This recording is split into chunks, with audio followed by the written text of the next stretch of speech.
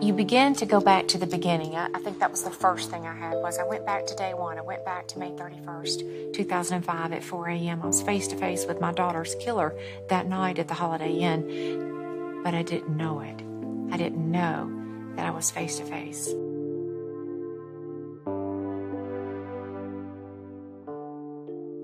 For nearly 2 decades, the disappearance of Natalee Holloway has lived in a space between fact, failure, and speculation. Officials insisted there was never enough evidence. Critics argued the truth was always being protected. A suspect spoke often, yet said nothing that could be proven. An entire investigation unfolded without a body, without closure, and without accountability. But what if the turning point didn't come from new evidence, but from pressure that forced the truth out? Detectives didn't just revisit the case, they cornered it. And when the silence finally broke, what emerged raised even more unsettling questions than answers. The initial disappearance. You would think a high school graduation trip with 124 students and 7 adult chaperones to a Caribbean island paradise would be the safest place on Earth. Think about that for a second. An entire graduating class from Mountain Brook High School in Alabama descending on the idyllic beaches of Aruba, surrounded by friends, protective teachers, and a highly controlled itinerary. In reality, this highly structured and seemingly impenetrable environment became the perfect hunting ground. The sheer volume of familiar faces and the relaxed atmosphere of a celebration actually provided the ultimate cover for a predator operating in plain sight. The timeline of this tragedy is anchored in late May of 2005. The large student group had established their home base at the sprawling Holiday Inn Resort in New Ord, an upscale tourist district known for its predictable rhythms and entirely secure atmosphere. Natalee Holloway was an 18-year-old honors student with her sights firmly set on attending medical school in the fall. She was highly responsible, deeply organized, and decidedly not someone prone to reckless or impulsive decisions that would jeopardize her future. By the night of Sunday, May 29th, the graduation trip was winding down. The students gathered at a bustling local nightclub called Carlos in Charlie's in Oranjestad to celebrate their final evening on the island together. The sequence of her disappearance is chillingly precise. Multiple witness accounts and rigid forensic timelines establish that Natalee was last seen leaving the crowded, noisy environment of the nightclub at exactly 1:30 in the morning on Monday, May 30th. She did not leave with her classmates or the designated chaperones. Instead, she entered a silver Honda Civic. The vehicle was driven by Deepak Kalpo, who was accompanied by his brother Satish Kalpo and a 17-year-old Dutch local named Joran van der Sloot. Van der Sloot was an honors student himself at the International School of Aruba and had conveniently crossed paths with Natalee at the hotel casino just the evening before. The facade of a high school trip shattered exactly 12 hours later.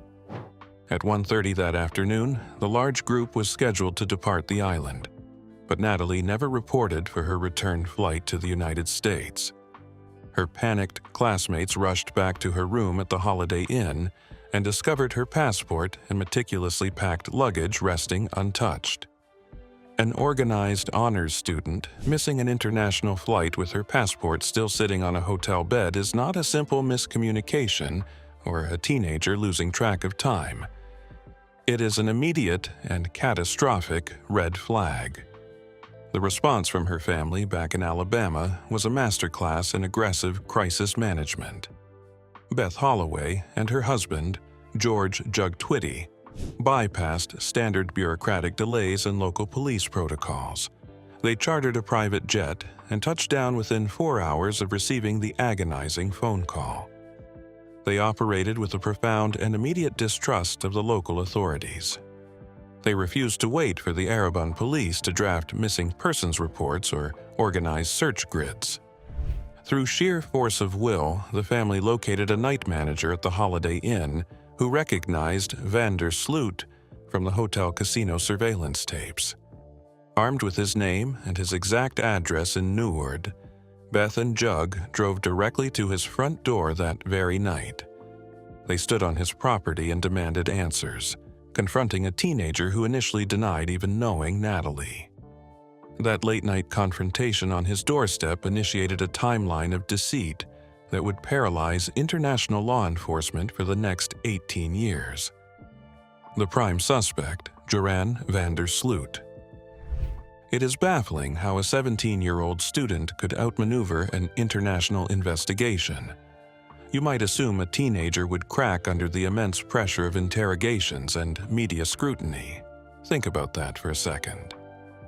Instead of buckling, Joran van der Sloot retreated behind an impenetrable shield of localized privilege. His father, Paulus van der Sloot, was not an ordinary citizen. He was a prominent attorney and a judge in training on the island of Aruba. This familial connection created a terrifying dynamic that paralyzed the early investigation. The pervasive theory among international observers was that Paulus utilized his profound understanding of the Dutch legal framework to provide his son with the ultimate forensic loophole. The advice was allegedly simple but devastatingly effective. Without a physical body, the authorities cannot build a viable murder case. This single legal technicality dictated every interaction Joran had with law enforcement for 18 straight years. The early days of the investigation were plagued by jurisdictional friction between the Aruban authorities and an outraged American public. Aruban law is predicated on the Dutch judicial system, which operates entirely differently than the American standard. They utilize a concept known as ernstig bezwaren, which translates to serious suspicion. This framework allows for the initial detention of suspects based on circumstantial suspicion, but maintaining custody requires a constantly increasing burden of physical evidence at periodic judicial reviews. Because there was no body and no physical crime scene, prosecutors simply could not meet this escalating burden. This created a maddening and agonizing cycle between 2005 and 2007. Joran and the Kalpoe brothers were repeatedly arrested with great fanfare, only to be released back into the public days or weeks later as judges determined the circumstantial case was insufficient to justify continued detention. This lack of judicial consequence emboldened the prime suspect, leading to an entirely unprecedented psychological spectacle. Joran van der Sloot did not remain silent. He actively spun a tangled web of lies that frustrated investigators across multiple continents. He continuously provided a series of drastically different accounts regarding his final moments with the 18-year-old student. In his initial version of the events, he claimed he simply dropped her off at her hotel and went home. When that story began to fray under scrutiny, he pivoted entirely, asserting he had left her alone on a dark beach because she suddenly expressed a desire to stay near the ocean. Later, he fabricated an entirely new narrative, claiming she had been approached by a mysterious dark man wearing a black shirt resembling local security personnel. Each iteration of his story was designed to redirect attention and exhaust the resources of the police force. These continuous shifts in his narrative were not merely the inconsistent panic of a frightened teenager caught in a bad situation. Behavioral analysts viewed these actions as the manifestations of a deeply pathological and narcissistic personality.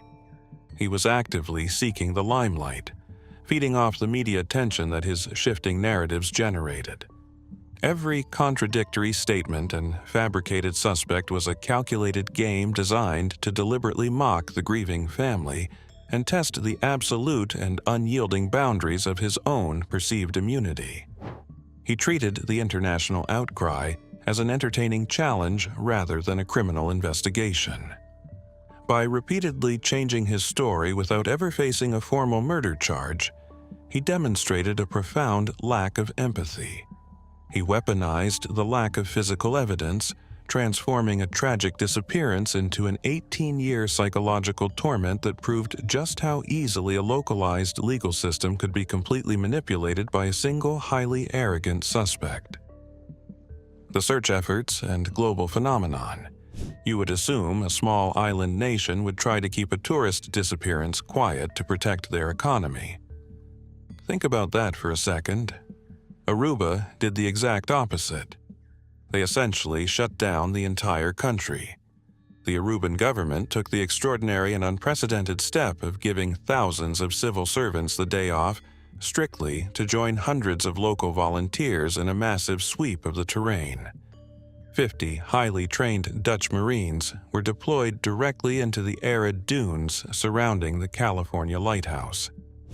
Local banks and businesses immediately diverted significant funds to support these search teams. The island was desperate to prove it was still a safe haven, turning a standard local missing persons case into an extensive and highly militarized rescue operation overnight, in a desperate bid to save their own lucrative tourism industry. This was not just a rudimentary grid search of the local beaches. It evolved into a highly advanced forensic mapping operation, utilizing technology rarely deployed outside of military combat zones. The Royal Netherlands Air Force brought in 3 F-16 fighter jets equipped with highly specialized infrared imaging pods. These jets flew low over the island, mapping the surface to detect the slightest thermal anomalies or soil disturbances that might indicate a freshly dug grave. Down on the ground, investigators deployed ground-penetrating radar directly into the backyard of the Vandersloot residence, probing the soil for hidden cavities. The search perimeter then systematically pushed out deep into the cold, dark waters of the surrounding ocean. Teams utilized side-scan sonar and remote-operated vehicles to map the subsurface of the Aruban coast and investigate deep-water anomalies. The scale of this technological mobilization is staggering. The authorities spent over $3 million on the search alone. That single figure represented nearly 40% of the entire Aruban police operational budget for the year. Yet, despite utilizing some of the most advanced military and forensic scanning equipment on the planet, the search yielded absolutely zero physical evidence of human remains. This complete lack of physical recovery ignited a true crime media frenzy that fundamentally altered the global perception of the case. Cable news personalities, most notably Nancy Grace and Greta Van Susteren, dedicated hundreds of hours of primetime broadcasting to the story. They relentlessly framed the Aruban government as either wildly incompetent or actively complicit in a massive cover-up. The disappearance rapidly morphed into a severe geopolitical crisis. By November of 2005, the diplomatic strain reached a breaking point when Alabama Governor Bob Riley officially called for a massive citizen boycott of the island. He aggressively cited the perceived shielding of the prime suspect by the local authorities as the primary justification. While local tourism officials desperately tried to downplay the severity of the boycott, the long-term economic statistics tell a remarkably different story. Over the following decade, the proportion of American tourists visiting Aruba plummeted from a massive 73% all the way down to a concerning 58%. The island suffered profound and lasting damage to its international reputation. The painful reality for the Holloway family and the international investigators was that the technological might of multiple allied nations and the intense pressure of the American media complex could not produce a single physical trace of Natalie. This devastating absence of tangible evidence did not just stall the legal process. It became a powerful psychological weapon for Joran Vandersloot, allowing him to use the enduring mystery to fuel further manipulation and evade international justice for years. False leads and the 2010 extortion plot. Would you think an on-camera confession broadcast to millions of people would be enough to lock a suspect away forever? Think about that for a second. In February 2008, it seemed the entire case had finally broken wide open. A renowned Dutch crime reporter named Peter R. de Vries orchestrated a landmark undercover sting operation. He utilized an operative named Patrick van der Eem to befriend Joran van der Sloot. The trap was set inside a Range Rover rigged with hidden cameras. While casually smoking marijuana in the passenger seat, van der Sloot freely admitted that Natalie had suddenly collapsed on the beach and became unresponsive. He claimed he panicked and called a friend to dump her body in the ocean. This explosive broadcast drew 7 million viewers in the Netherlands, a shattered television record. Yet, it yielded absolutely no legal consequences. Van der Sloot simply walked into a police station, recanted the entire story, and claimed he was just telling his new friend what he wanted to hear. The authorities let him walk. By 2010, the official investigation had hit a devastating plateau of uncertainty. Instead of keeping his head down, Van der Sloot decided to actively exploit this stagnation for direct financial gain. In a move of staggering cruelty, he reached out directly to the Holloway family attorney, John Q. Kelly. He presented a horrific transaction. He demanded $250,000 in exchange for the exact location of the remains. He promised he could guide them to the specific burial site in Aruba and finally explain the exact circumstances of her death. This solicitation did not just shock the family. It triggered an immediate and highly coordinated FBI sting operation involving the United States Attorney in Alabama. The authorities saw a rare opportunity to finally trap him on American jurisdictional terms.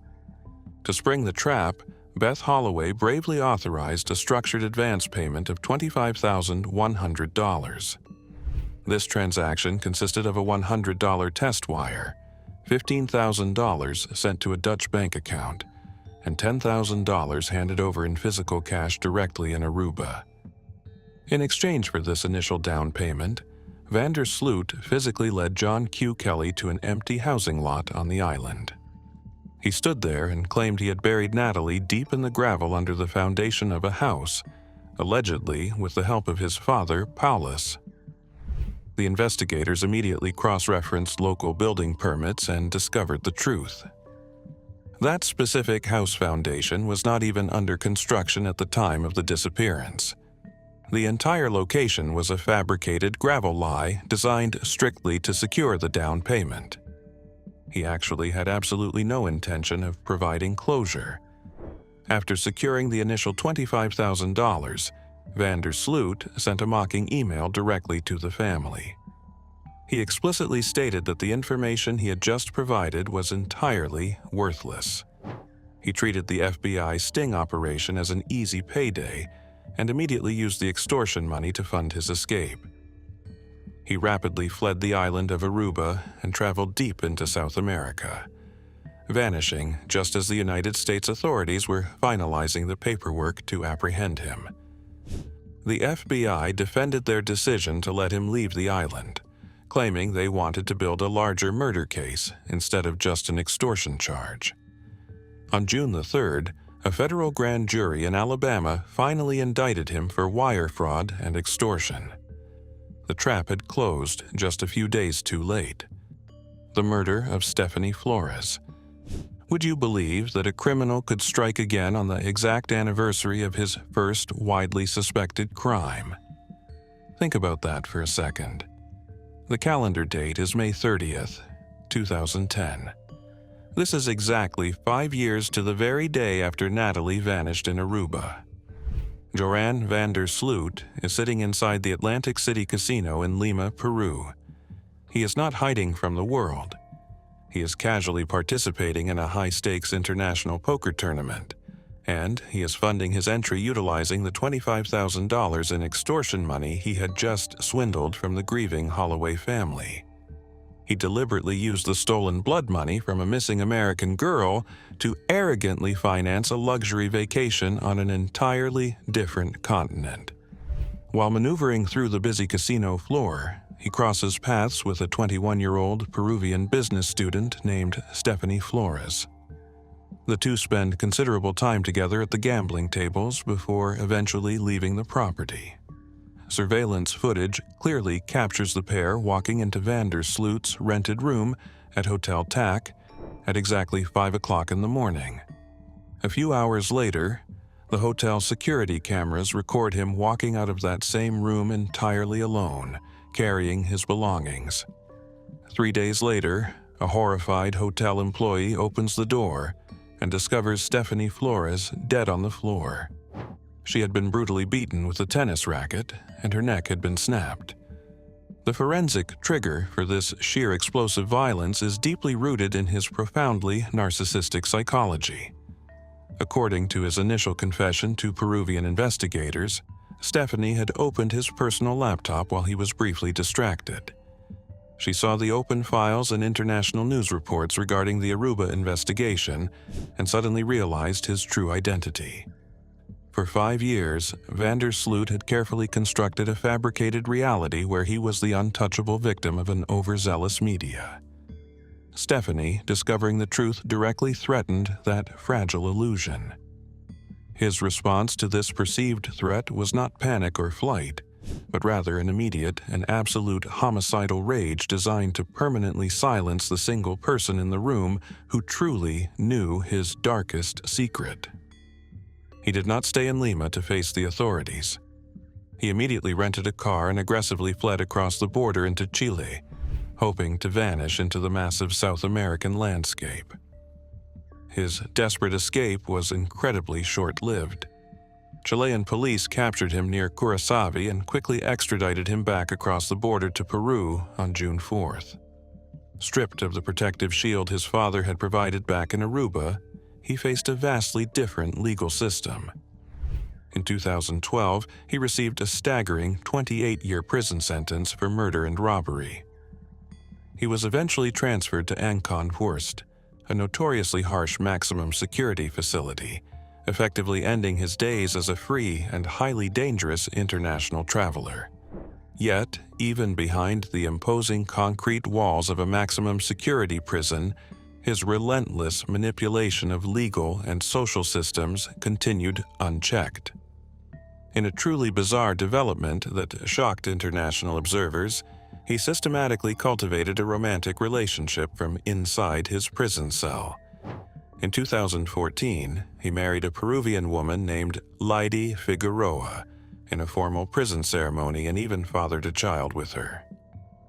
Legal analysts widely viewed this prison marriage not as an act of romance, but as a highly calculated and cynical maneuver designed to heavily complicate any future attempts to extradite him back to the United States.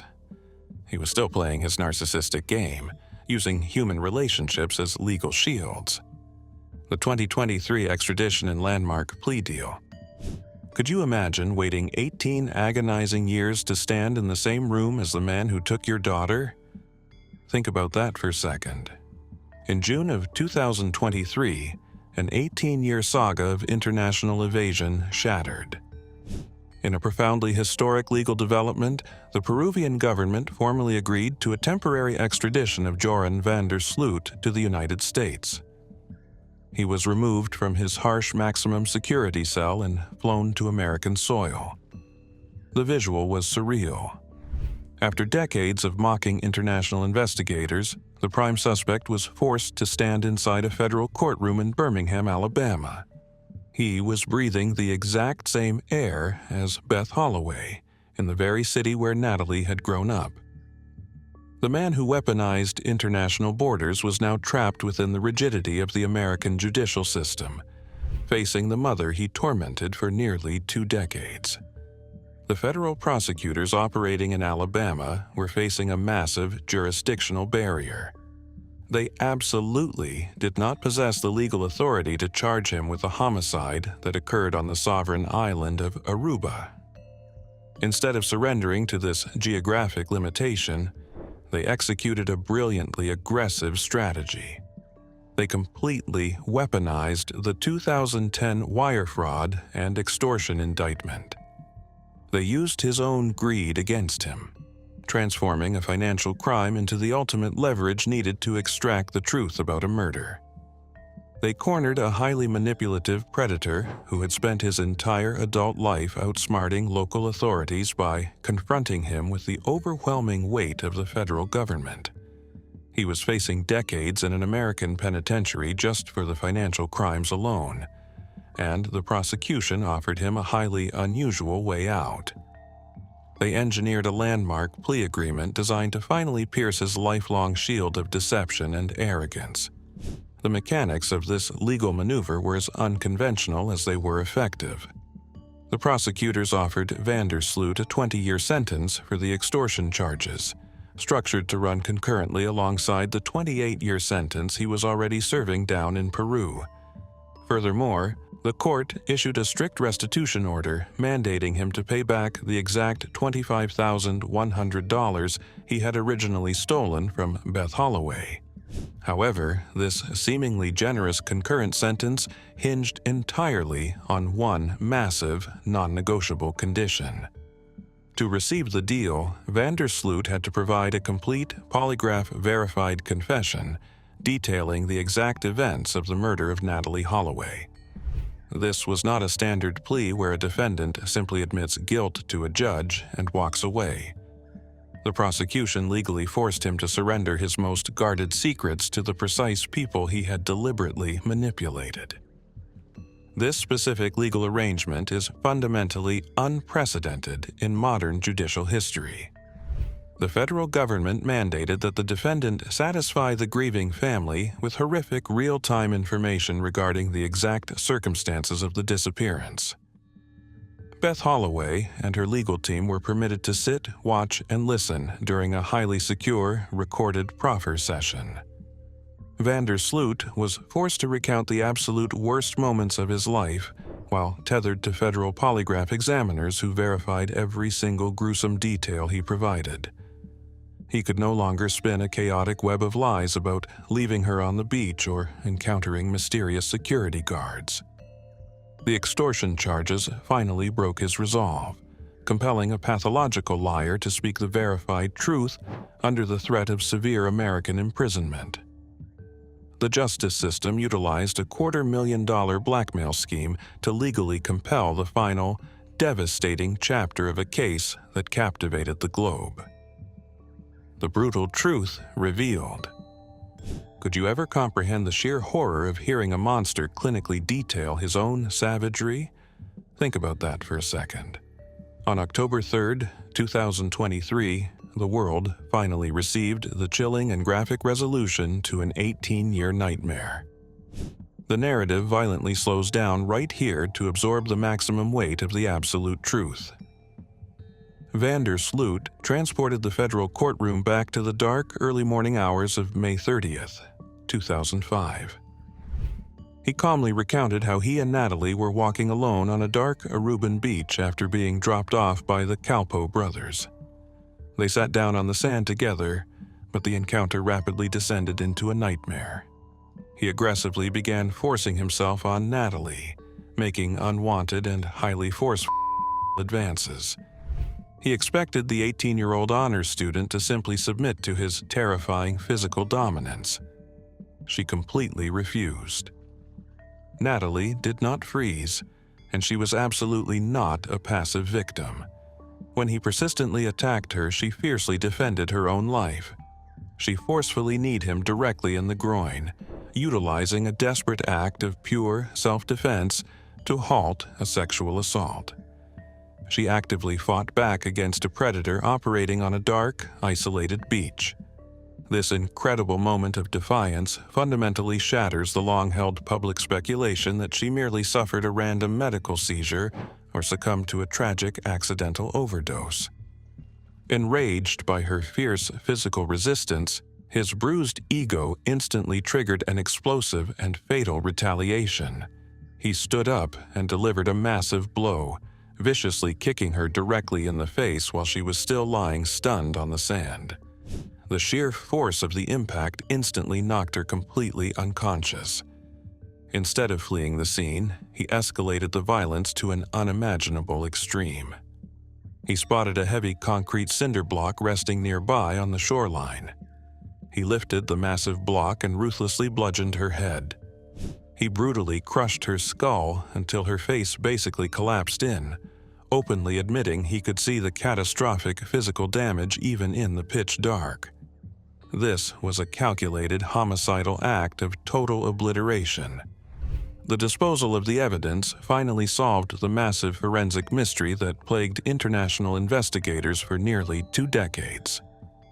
In a desperate effort to hide his brutal crime, he dragged her battered body across the sand and half-walked her out into the ocean until the freezing water reached his knees. He then forcefully pushed her out into the deep open sea. This singular action flawlessly explains exactly why the extensive and highly militarized land searches failed.